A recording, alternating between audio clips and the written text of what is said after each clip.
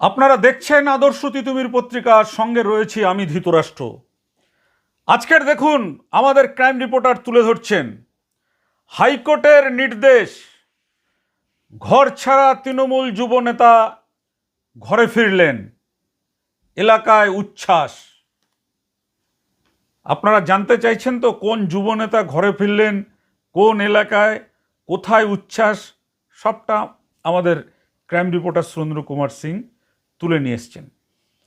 আপনাদের মনে আছে ব্যারাকপুর আদালতের আইনজীবী সন্তু দাস, এবং তিনি সরকারি কৌশলীয় ছিলেন বটে ব্যারাকপুর আদালতের, সেই আইনজীবী ব্যারাকপুর তৃণমূলের সাংগঠনিক জেলা যুব কংগ্রেসের সাধারণ সম্পাদক ছিলেন।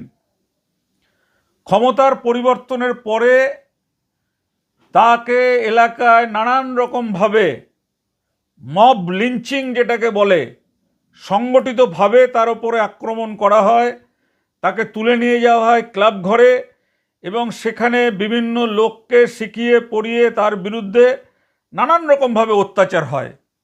প্রথম এই খবর আমরা তুলে ধরেছিলাম আমাদের আদর্শ তিতুমির পত্রিকায়, আপনারা দেখেছিলেন। এরপর যেটা হলো, সে তাকে মারধর করে এলাকা ছাড়া করে দেওয়া হলো, এলাকায় ঢুকতে পারছে না। তারপরে তার মায়ের থেকে স্থানীয় যে বিজেপির নেতা এবং একজন আইনজীবী পরিচয় দেওয়া ব্যক্তি, এদের ষড়যন্ত্রে তার মাকে স্বর্ণালঙ্কার বিক্রি করে তারপর তাদেরকে 1 লক্ষ টাকা উৎকোচ দিতে হয়েছে, যেটার অডিও রিপোর্ট আমরা আপনাদের সামনে, অডিও ক্লিপিংসটা আমরা আপনাদের সামনে শুনিয়েছিলাম। যে অডিও ক্লিপিংস দেখার পরে ব্যারাকপুর পুলিশ কমিশনারেটের ঘোলা থানা ওই 2 ব্যক্তিকে গ্রেপ্তার করেন এবং তাদের আদালতে পাঠান। আদালত থেকে 3 দিন পুলিশ হেফাজতের পরে আবার আদালতে চালান করেন। আদালত থেকে কিন্তু তাদের জামিন মঞ্জুর হয়নি। তারপর এই সন্তু দাস ঘর ছাড়া ছিলেন, তার ভাই সেও ঘর ছাড়া ছিলেন। তারপর তারা কলকাতা হাইকোর্টে মামলা করেন সমস্ত ঘটনা জানিয়ে। তাদের হয়ে আইনজীবী বিকাশ রঞ্জন ভট্টাচার্য, আইনজীবী উদয় শঙ্কর চ্যাটার্জি, সুমন শঙ্কর চ্যাটার্জি, এনারা মামলাটা লড়েন এবং সেই মামলায় বিচারক সমস্ত কিছু দেখে রায় দেন যে সন্তু দাসকে পুলিশের নিরাপত্তা দিয়ে ঘরে ফেরাতে হবে এবং সবসময়ের জন্য তার সঙ্গে একজন রক্ষীও দিতে হবে। এই অবধি আপনারা জেনেছেন। এবার এই সন্তু দাসকেই ঘোলা থানার পুলিশ তারা কিন্তু নিরাপত্তা দিয়ে সন্তু দাসকে ঘরে ফেরালেন। সেই ছবি আমাদের ক্রাইম রিপোর্টার তুলে ধরছেন সুরেন্দ্র কুমার সিং, যেখানে কিন্তু দেখা যাচ্ছে যে রাত্রিবেলা পুলিশের প্রহরায় তিনি ফিরলেও তার বাড়ির সামনে কিন্তু অনেক মানুষ উচ্ছ্বাস প্রকাশ করেছে তার ঘরে ফেরাতে, মানে তারা আনন্দিত হয়েছে যে সে ঘরে ফিরে এসছে। এই যে তার প্রতি যে বিক্ষোভ দেখানো হয়েছিল, মব লিঞ্চিং করা হয়েছিল, যেটা আপনারা দেখলেন বারুইপুরে যেভাবে মব লিঞ্চিং করে একটা লোককে পিটিয়ে মারা হলো, সন্তু দাসের ক্ষেত্রেও এরকম একটা ঘটনা ঘটতে যাচ্ছিল। তো যাই হোক, সে ঘরে ফেরার পরে হাইকোর্টের হস্তক্ষেপের পর অবশেষে ঘোলার এই যুব নেতাকে ঘোলা থানার পুলিশ যথেষ্ট নিরাপত্তা দিয়ে তাকে বাড়িতে পৌঁছে দিয়েছেন হাইকোর্টের নির্দেশ মেনে। হাইকোর্টের নির্দেশ মেনে তাকে ঘরে ফিরিয়ে দিয়েছেন এবং এই নেতাকে ঘরে ফিরতে দেখে সাধারণ মানুষের মধ্যে উচ্ছ্বাস দেখা গেছে। পুলিশ সূত্রে যেটা খবর যে আদালতের নির্দেশ পালন করা হয়েছে। এবার আপনারা জানেন যে এর বাইরেও আমাদের কিছু অন্তর্তদন্ত থাকে। সন্তু দাস যেখানে থাকে ঘোলা থানা এলাকার, সেই এলাকা থেকে তাকে ব্যারাকপুর আদালত পর্যন্ত যেতে হয়। কিন্তু এই যে দুষ্কৃতী চক্র, দুষ্ট চক্র যারা তোলাবাজির সঙ্গে জড়িত রয়েছেন, এদের জ্ঞানটা খুব বড় মাপের।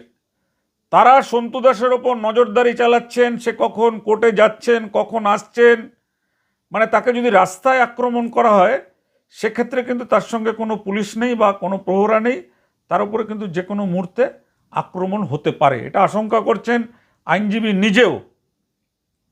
আইনজীবী নিজেও আশঙ্কা করছেন যে তার উপর আক্রমণ হতে পারে। তো সেটা নিশ্চয়ই পুলিশ বিষয়টা দেখবেন, আমরা তুলে ধরছি। এছাড়াও আমাদের অন্তর্তদন্তে সুরেন্দ্র সিং যেটা তুলে নিয়ে এসছেন যে বেশ কিছু লোক সন্তু দাসের বিরুদ্ধে থানায় অভিযোগ করেছিলেন।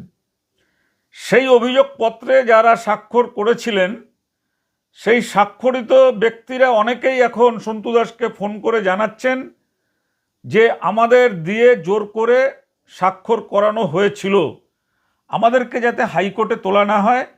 আমাদের বলা হয়েছিল পুজোর মিটিংয়ের জন্য সই দিতে, আমরা সই দিয়েছিলাম। এমনকি অভিযোগ পাওয়া যাচ্ছে যে একজন সই করেনি বলে এক মহিলাকে ওই যে হচ্ছে তোলাবাজির গ্যাং বা তোলাবাজ চক্র, তারা কিন্তু তাকে মারধরও মানে একটা চড়ও তার গালে মেরেছিলেন। আমরা এই জায়গাতেই বলতে চাই যে দেখুন, আমরা হচ্ছে সত্যের পূজারী, সত্যকে প্রতিষ্ঠিত করা আমাদের কাজ। দেখুন, আমরা হচ্ছে আদর্শ তিতুমির পত্রিকা মানে কোনো বাবুদের কাছে লেজুর বাঁধা নয়। আদর্শ তিতুমির পত্রিকা হচ্ছে সত্যের পূজারী, সত্যটা তুলে ধরা আমাদের কাজ বলে আমরা মনে করি। এখানে যে ঘটনা ঘটেছে সেই ঘটনা আমাদের মনে হয় যে এমন ঘটনা মব লিঞ্চিং এটা হতে পারে না।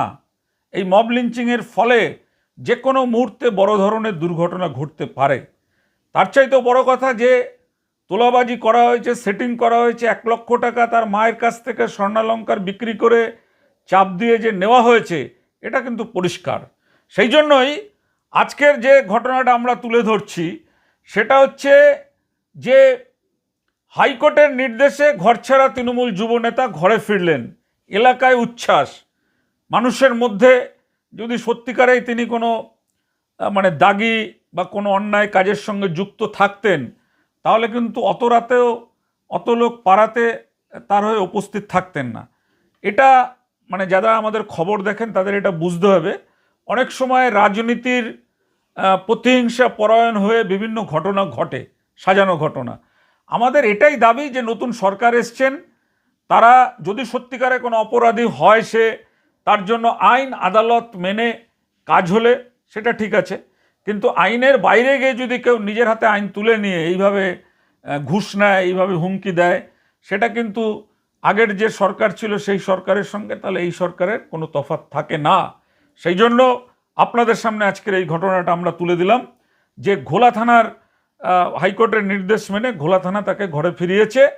এবার আদালতে যাওয়া, আদালত থেকে ফেরা, এই বিষয়টা আইনের যে অর্ডার আছে সেটা নিশ্চয়ই পুলিশ মান্যতা দেবে বলে আমরা আমাদের সংবাদ মাধ্যমের পক্ষ থেকে আশা রাখি যে যে কোনো মানুষের সত্য বলা, সত্য কাজ করার অধিকার রয়েছে, কথা বলার অধিকার রয়েছে, সেই অধিকার যাতে কোনোভাবে কেড়ে না নেওয়া হয়, এই জন্যই আমরা আজকের এই সংবাদটা আপনাদের সামনে তুলে ধরছি। দেখুন সেই সংবাদ।